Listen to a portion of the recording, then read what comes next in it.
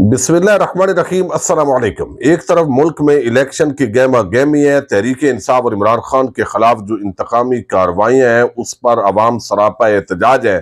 Social media पर और आम पब्लिक में जब आप कहीं भी बैठते हैं तो ये लोग अपनी जो राय का इजहार कर रहे हैं, यकीनन ताकतवर हलकों के लिए ये बड़ी एक मुश्किल सूरत हाल है। और लंदन से आए हुए नवाज शरीफ और उनके खानदान की भी लाहौर को छोड़कर बाकी दई इलाकों की तरफ दौड़ें लगी हुई हैं। लेकिन आर्मी चीफ अमेरिका के दौरे से वापस आए और उन्होंने जो पहली गुफ्तगू की है वो इंतहाई अहमियत की हामिल है। और आने वाले दिनों का जो नक्शा है उनके ज़हन में क्या है वो इनकी गुफ्तगू के अंदर जो है वो नजर आता है। मैं इसकी तफसील आपके सामने रखूंगा और किस तरीके से अब तहरीक इंसाफ के जो तजवीज़ कुनिंदगान है या उम्मीदवार हैं अब उनके लिए एक जाल बिछाया गया है और इसकी कुछ तफसीलात सामने आई हैं वो आपके सामने रखनी है। बल्ले के निशान की वापसी के हवाले से अगले 24 घंटे इंतहाई अहमियत के अमल है, फैसला कुन है, किस तरह ये भी आपको बताऊंगा। उम्मीद है आप समाअत करेंगे और अपने कीमती फीडबैक से जरूर आगाह करेंगे। इस वक्त तहरीक इंसाफ पर जो सबसे बड़ा वार किया गया है वो मैं समझता हूं कि तहरीक इंसाफ का जो तशख्खुस है वो खत्म किया गया और उसके अंदर खास तौर पर जिस अंदाज के अंदर जो है वो बल्ले का निशान वापस लिया गया है। इमरान खान को चेयरमैनशिप से हटा के बैरिस्टर गौर जो है वो उनको भी हटा दिया गया है। तो इस वक्त तहरीक इंसाफ का जो स्टेटस है इलेक्शन कमीशन ऑफ पाकिस्तान के अंदर वो ये है कि कोई उसका चेयरमैन नहीं है। अब इसका इम्पैक्ट जो है वो आज़ाद उम्मीदवारों की सूरत में आता है और मैं पिछली वीडियोज में जिक्र कर चुका हूँ।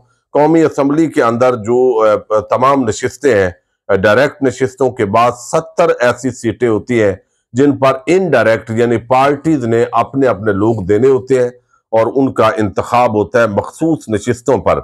जब कोई पार्टी रजिस्टर्ड नहीं रहती या उसका निशान नहीं रहता तो वो इसके अंदर क्वालिफाई नहीं करती। ये एक बहुत बड़ा वार किया गया है। लेकिन पेशावर हाई कोर्ट के अंदर ये अब बाकायदा एक पिटीशन कल तहरीक इंसाफ दायर करने जा रही है। अभी तक इलेक्शन कमीशन ऑफ पाकिस्तान से इतलात के मुताबिक जो फैसला किया गया है उसकी मुसद्दका कापी नहीं दी। तो इसका मतलब है कि इलेक्शन कमीशन अभी तक भी इलेक्शन करवाने के अंदर मुकम्मल तौर पर गैर संजीदा है। उसको इलेक्शन करवाने से कोई दिलचस्पी नहीं है, लेकिन मजबूरी बनी, सुप्रीम कोर्ट ऑफ पाकिस्तान ने फैसला दिया।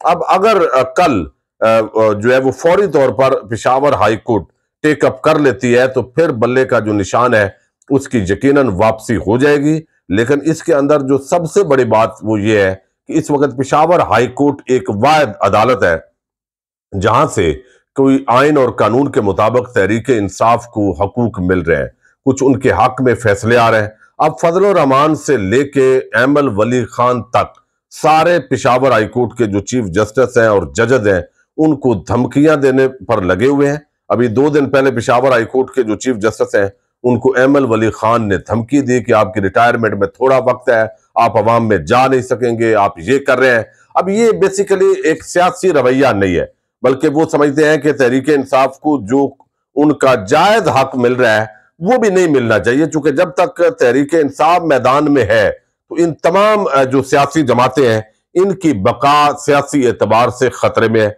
अब दूसरी तरफ एक और बात है, बल्कि मैं आपके सामने 4-5 पॉसिबिलिटीज रख रहा हूं जो अब किया जाएगा। अब ये मुगीस अली हैं जो इंतहाई आम क्रेडिबल सहाफी हैं, उन्होंने एक बड़ी आम जो है वो इस पूरी पॉसिबिलिटीज पे बात की है कि इसके अंदर क्या क्या तहरीक इंसाफ के खिलाफ जो है वो हो सकता है। उसके अंदर बताया गया है कि ज़ाहिर है तहरीक इंसाफ जो है उसके खिलाफ एक तो ये है कि तमाम जो मेंबरान हैं उनको बुलाया जाएगा, जो मुखालफिन है वो उसके अंदर जो उनके दस्तखत हैं उसको चैलेंज कर सकते हैं।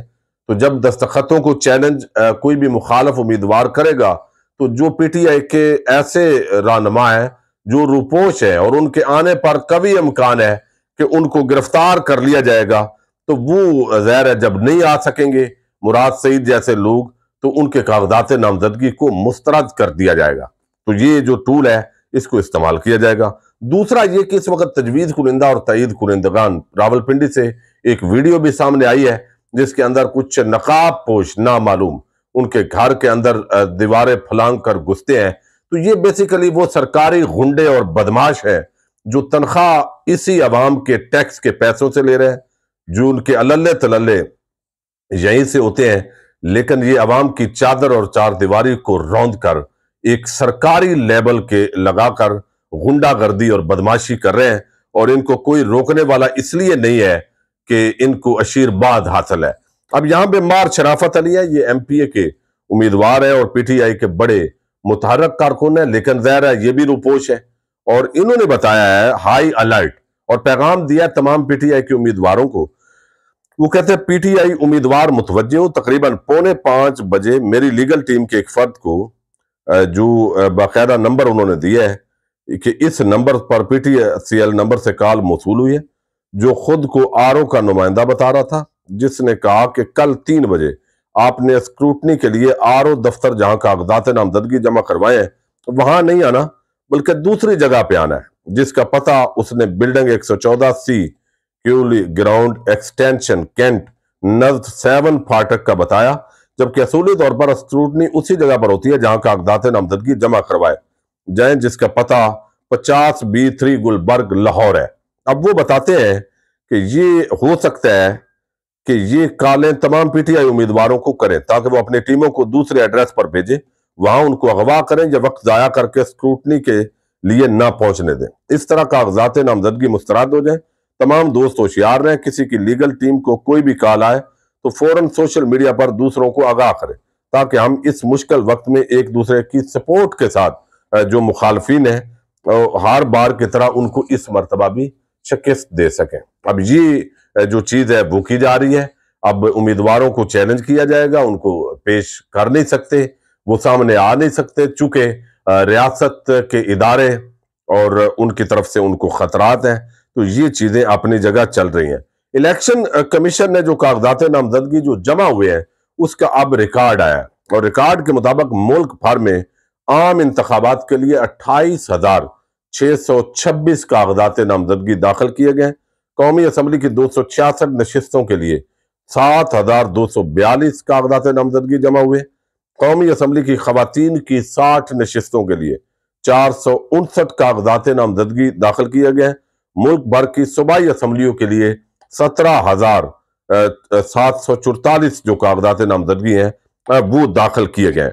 अब दूसरी तरफ जो है वो army chief general Asim Munir वो पाकिस्तान पहुंचे हैं अमेरिका से, और उन्होंने जो पहली गुफ्तगू की है वो इंतहाई अहमियत की अमल है, वो मैं आपके सामने रखता हूं ताकि अंदाजा हो कि इस वक्त भी बहुत सारे लोग चूंकि ये बात कर रहे हैं कि इलेक्शन डिले हो सकते हैं और उसकी जो वजूहात हैं वो भी बयान की जा रही हैं, लेकिन जो गुफ्तगू उन्होंने की है ये गुफ्तगू बड़ी अहमियत की अमल है। अमूमन कहा जाता है कि पाकिस्तान के अंदर जो है वो सियासी इस्तेकाम आएगा।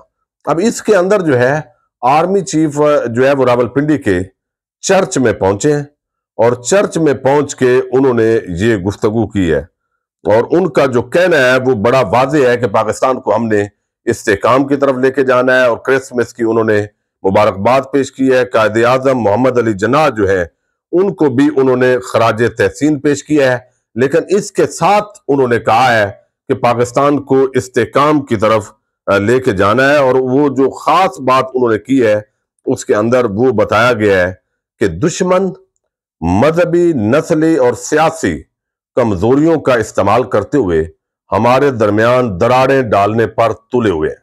हमें पुरअज़्म और मजबूत कौम के तौर पर उभरने के लिए मुतहिद और यकजान होना पड़ेगा। ज़ाहिर है ये जो गुफ्तगू है बगैर चूंकि अकलियतों के साथ जो पाकिस्तान के अंदर सलूक हो रहा है, पिछले दिनों हमने देखा ननकाना साहब के अंदर जो वाकयात हुए उस तनादर में है, लेकिन जब वसी इस वक्त के सियासी तनादर में उनकी इस गुफ्तगू को लिया जाए तो ये उनका बयान बड़ा हैरान कुन है। चूंकि दुश्मन तो हमेशा दुश्मन ही होता है, लेकिन इस वक्त पाकिस्तान के इदारे वो आम पाकिस्तानियों के साथ जो कुछ कर रहे हैं, और खास तौर पर जमहूरियत, आइन और कानून को जिस तरह पिछले कुछ अरसे से पांव तले रौंदा जा रहा है, तो उनके ये जुमले बड़े खोखले नजर आते हैं, यानी दावे के मुताबिक नजर नहीं आते। इसके अंदर वो मजहबी, नस्ली और सियासी कमजोरियां, ये कमजोरियां पैदा कैसे हुई, इन कमजोरियों को मजीद कमजोरियां क्यों बनाया जा रहा है, और अब जमहूरियत को पाकिस्तान के अंदर क्यों आने नहीं दिया जा रहा। अवाम जो है वो जिसको वोट देना चाहते हैं उसको इख्तदार के अंदर आने में रुकावटें क्यों पैदा की जा रही हैं? वोट का जो हक है उसको किस तरह अवाम से छीना जा रहा है? जब ये वोट के हक को छीनेंगे, आइन और कानून को रौंदेंगे, मुजरमों के टोले को पाकिस्तान पर जबरदस्ती मुसल्लत करेंगे और उसके अंदर एस्टैब्लिशमेंट का जिक्र आएगा, तो इदारों के हवाले से अवाम के अंदर नफरत बढ़ेगी या मोहब्बत बढ़ेगी? और फिर इस तरह की गुफ्तगू करना जो उन्होंने बात की है कि यकीनन उनकी ख्वाहिश बहुत अच्छी है अल्फाज के तनादर में कि मुत्तहिद होना चाहिए, दुश्मन की चालों को नाकाम करना चाहिए। दुश्मन की चालें तब ही नाकाम हो सकती हैं जब अपनी अवाम जो है उसकी मानी जाए, लेकिन इस वक्त नहीं मानी जा रही। अब उन्होंने कहा है कि मुत्तहिद और तरक्की पसंद पाकिस्तान के लिए कायद के हकीकी विजन पर अमल करने के लिए मुआशरे में बैन अल मज़ाहब हमआहंगी को फरोग देने की भी जरूरत है।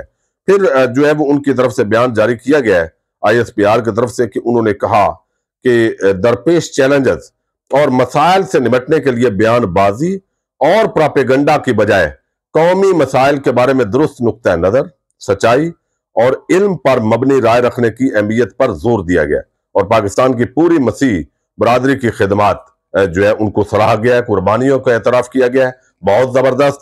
लेकिन इस वक्त जो लोग और लोगों के घरों के ऊपर हमले हुए जो हो रहे हैं, जो चादर और चार दीवारी का तकद्दस पामाल किया जा रहा है, जो तहरीक इंसाफ के हजारों हामी लोगों को 9 मई के वाकयात की आड़ में जिस तरह जो है वो जेलों के अंदर बंद किया गया है और सिर्फ पीपल्स पार्टी, नून लीग और फजल रहमान और बाकी जो PDM प्लस टोला है उसकी खातर अवाम पूरी को नाराज करना, और ये कोई दानिशमंदी भी नहीं है, ये कोई इत्तेहाद कौम को मुत्तहिद करने वाली बात तो नहीं है, ये तो कौम के अंदर इंतशार डालने वाली बात है। तो अब ये जो सारा एक प्रोपेगेंडा तो नहीं है, ये तो एक रियलिटी है।